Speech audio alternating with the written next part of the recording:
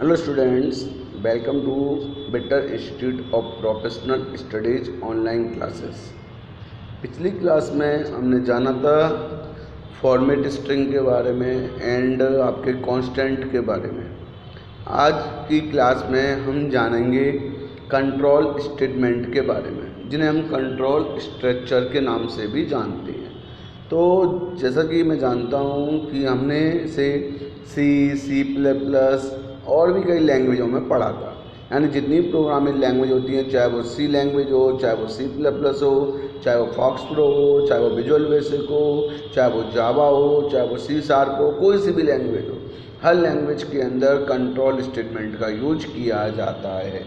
इन्हें हम control structure के नाम से भी जानते हैं। ये वे स्टेटमेंट्स होते हैं जिनके माध्यम से हम अपने प्रोग्रामिंग में एक अलग ही प्रोग्रामिंग कंसेप्ट को जोड़ते हैं। इसके माध्यम से हम प्रोग्राम में कई ऑप्शनल स्टेटमेंटों को या कई अल्टरनेट स्टेटमेंटों को एग्जीक्यूट करा सकते हैं। इनकी सहायता से हम किसी भी स्टेटमेंटों को बार बार रिपीटेशन भी करा सकते हैं। यानी किसी स्टेटमेंट को यदि हमें मल्टी टाइम्स बार प्रिंट कराना है तो वह काम इन स्टेटमेंट के माध्यम से आसानी से किए जाते हैं।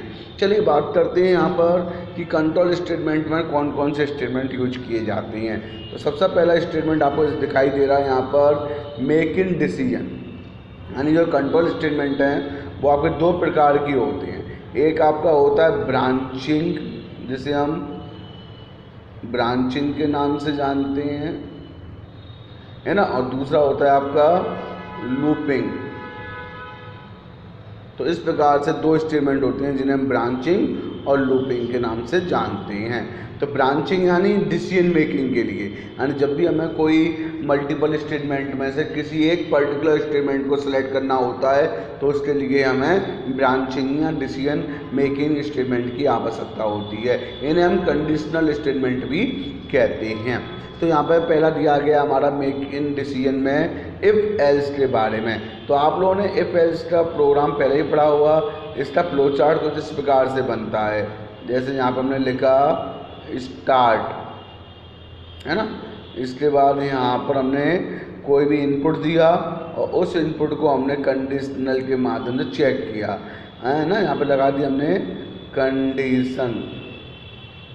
तो यहाँ पर क्या हो गया हमारा कंडीशन, और यदि कंडीशन ट्रू हुई तो यहाँ पर कोई एक मैसेज प्रिंट हो जाएगा, और यदि कंडीशन फॉल्स हुई तो यहाँ पर एक और स्टेटमेंट हम एग्जीक्यूट। तो S1 और S2 दो स्टेटमेंट हमारे पास हैं। तो इन दोनों स्टेटमेंट में से कोई एक ही स्टेटमेंट एग्जीक्यूट होगा तो उसके लिए हम यहाँ पर ब्रांचिंग या इफ एल्स स्टेटमेंट का यूज करते हैं। यदि हमारी कंडीशन सही हुई तो ये वाला मैसेज प्रिंट होगा, यदि हमारी कंडीशन फॉल्स हुई तो S2 मैसेज प्रिंट हो जाएगा। तो मल्टीपल स्टेटमेंट में से किसी पर्टिकुलर स्टेटमेंट को प्रिंट करने के लिए, एग्जीक्यूट करने के लिए हम ब्रांचिंग का यूज करते हैं। तो जैसा कि यहाँ पे दिया गया है फ्लो चार्ट, यहाँ पर दिया गया है एल्गोरिथम, यहाँ पे स्यूडो कोड भी बोल सकते हैं। तो इफ़ यहाँ पर दी है कंडीशन, यदि कंडीशन सही तो देन, यदि कंडीशन ट्रू तो आपका ये ब्लॉक आपका यहाँ पर दिखाई दे रहा है, तो ये स्टेटमेंट यहाँ पे एग्जीक्यूट हो जाएगा।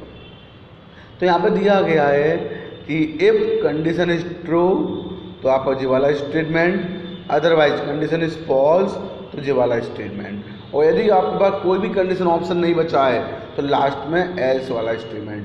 तो इसको यहाँ पर दिखाया गया है एल्स इफ लैडर, इसे हम एल्स इफ लैडर बोलते हैं। यानी इसके अंदर हम मल्टीपल कंडीशंस यूज कर सकते हैं। If condition if condition then statement, else if फिर कंडीशन देन स्टेटमेंट, फिर एल्स इफ फिर कंडीशन देन स्टेटमेंट, फिर else if condition then statement. यदि अब आपका कोई स्टेटमेंट कंडीशन नहीं है तो लास्ट में एल्स और स्टेटमेंट। तो इस प्रकार के सिंटैक्स को हम इफ एल्स के नाम से जानते हैं। जैसे सपोज करो हमें डे ऑफ वीक का कोई प्रोग्राम बनाना है,